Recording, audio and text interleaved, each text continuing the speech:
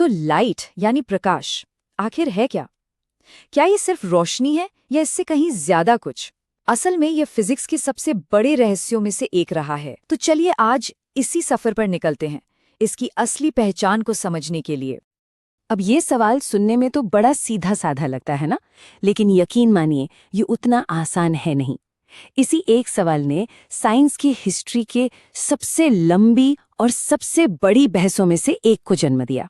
एक ऐसा रहस्य जिसने सदियों तक बड़े बड़े साइंटिस्ट को उलझाए रखा। और इस बहस में साइंस की दुनिया जैसे दो टीमों में बट गई थी। और इन टीमों के कैप्टन कौन थे? अपने अपने जमाने के सबसे बड़े दिग्गज। मतलब ये कोई छोटी मोटी बहस नहीं थी, ये तो विचारों की एक जबरदस्त टक्कर थी। तो असली टकराव की वजह क्या थी?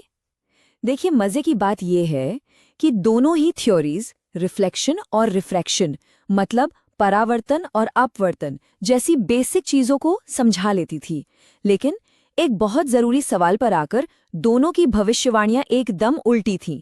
और वो सवाल था कि जब लाइट पानी जैसे किसी घने मीडियम में जाती है तो उसकी स्पीड का क्या होता है? बढ़ती है या घटती है? और हाँ, ये कोई ऐसी बहस नहीं थी जो कुछ सालों में सुलझ गई हो। नहीं, ये सदियों तक चली। आप देख ही सकते हैं, 1637 में देकार्ट से शुरू होकर फिर हाइगन्स का सिद्धांत आया, फिर 1801 में यंग का वो कमाल का एक्सपेरिमेंट। मतलब सच्चाई तक पहुंचने में हमें बहुत लंबा सफर तय करना पड़ा। तो चलिए अब जरा इस वेव थ्योरी को थोड़ा और करीब से देखते हैं। आखिर हाइगन्स ने ऐसा क्या सोच लिया था कि उन्होंने सीधे सीधे न्यूटन जैसे दिग्गज को ही चुनौती दे डाली?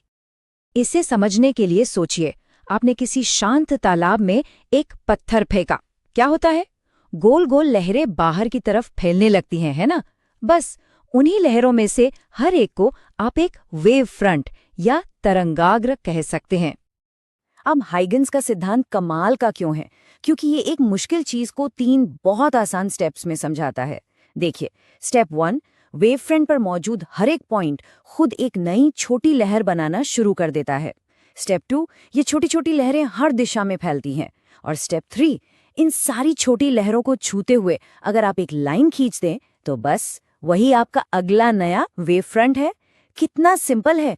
और इसी एक नियम से ये पता लगाया जा सकता है कि कोई भी वेव आगे कैसे बढ़ेगी।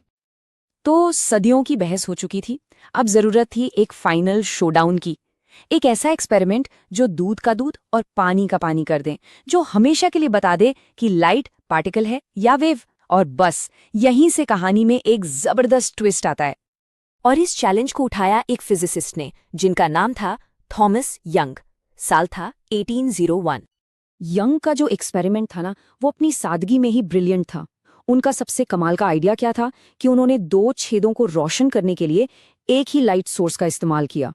इससे हुआ ये कि दोनों छेदों से जो लाइट वेव्स निकली वो एकदम एक दूसरे के साथ सिंक में थी, मतलब लॉक्ड इन फेज थी। और फिर आया रिजल्ट, और वो रिजल्ट चौंकाने वाला था।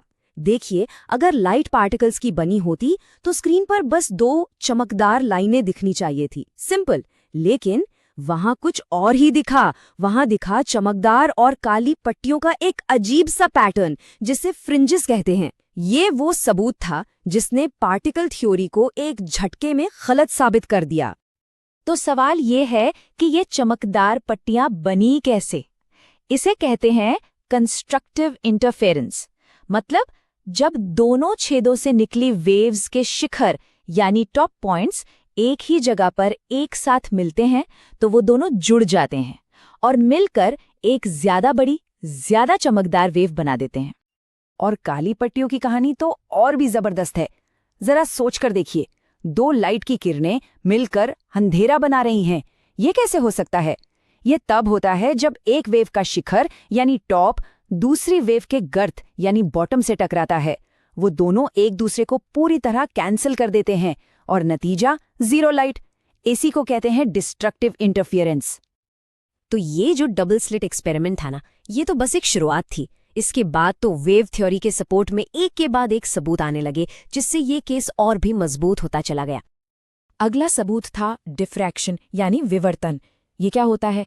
ये वेव्स की वो आदत है कि वो किसी कोने या किसी पतली जगह से गुजरते हुए मुड़ जाती हैं या फैल जाती हैं।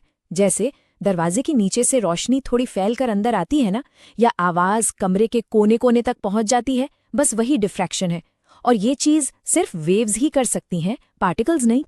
बल्कि महान फिजिसिस्ट रिचर्ड फाइनमैन का तो ये तक कहना था कि इंटरफेरेंस और डिफ्रैक्शन में कोई असली फर्क है ही नहीं, ये बस एक ही सिक्के के दो पहलू हैं, और दोनों ही इस बात का पक्का सबूत हैं कि लाइट एक वेव है।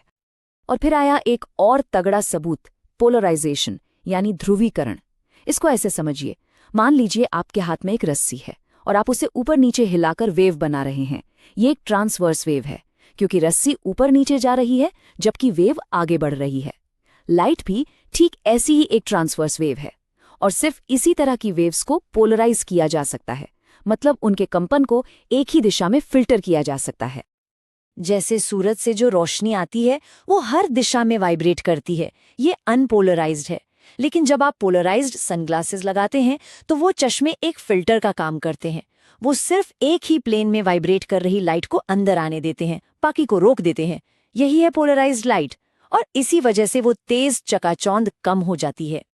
तो 19वीं सदी के आधे गुजरते गुजरते मामला लगभग तय हो चुका था। सबूतों से साफ था कि लाइट एक वेव है। Case closed. लेकिन कहानी में एक बहुत बड़ा लेकिन था। वेव थ्योरी में एक बहुत बड़ी प्रॉब्लम थी, एक ऐसा सवाल जिसका जवाब किसी के पास नहीं था। और वो पहेली ये थी, देखिए, हम जानते हैं कि हर वेव को चलने के लिए कोई ना कोई मीडियम चाहिए। पानी की लहरों को पानी चाहिए, आवाज की लहरों को हवा चाहिए। तो फिर सूरज की रोशनी स्पेस के वैक्यूम से, यानी उस खाली जगह से हम तक पहुंचती कैसे है? वहां तो कोई मीडियम है ही नहीं।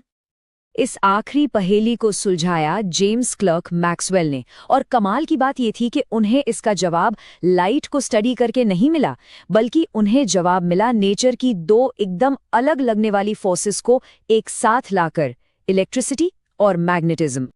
मैक्सवेल ने बताया कि लाइट कोई मैकेनिकल वेव है ही नहीं, ये एक इलेक्ट्रोमैग्नेटिक वेव है। इसमें होता क्या है कि एक बदलती हुई इलेक्ट्रिक फील्ड एक मैग्नेटिक फील्ड बनाती है, और फिर वो बदलती हुई मैग्नेटिक फील्ड वापस एक इलेक्ट्रिक फील्ड बना देती है। ये दोनों एक दूसरे को बनाते हुए एक दूसरे के सहारे आगे बढ़ते रहते हैं, उन्हें किसी और मीडियम की जरूरत ही नहीं है।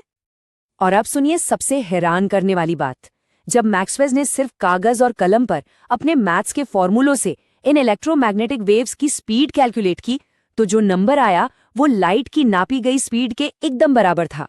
ये एक जबरदस्त पल था। सिर्फ गणित के दम पर लाइट का सबसे बड़ा रहस्य सुलझ चुका था। तो ऐसा लगा कि रहस्य सुलझ गया है। लाइट एक वेव है, एक इलेक्ट्रोमैग्नेटिक वेव। कहानी खत्म। लेकिन अगर ऐसा है तो आज हम फोटॉन यानी लाइट के पार्टिकल्स की बात क्यों करते हैं? बस यही सवाल हमें फिजिक्स के अगले और शायद सबसे अजीब चैप्टर की तरफ ले जाता है, जिसका नाम है क्वांटम मैकेनिक्स।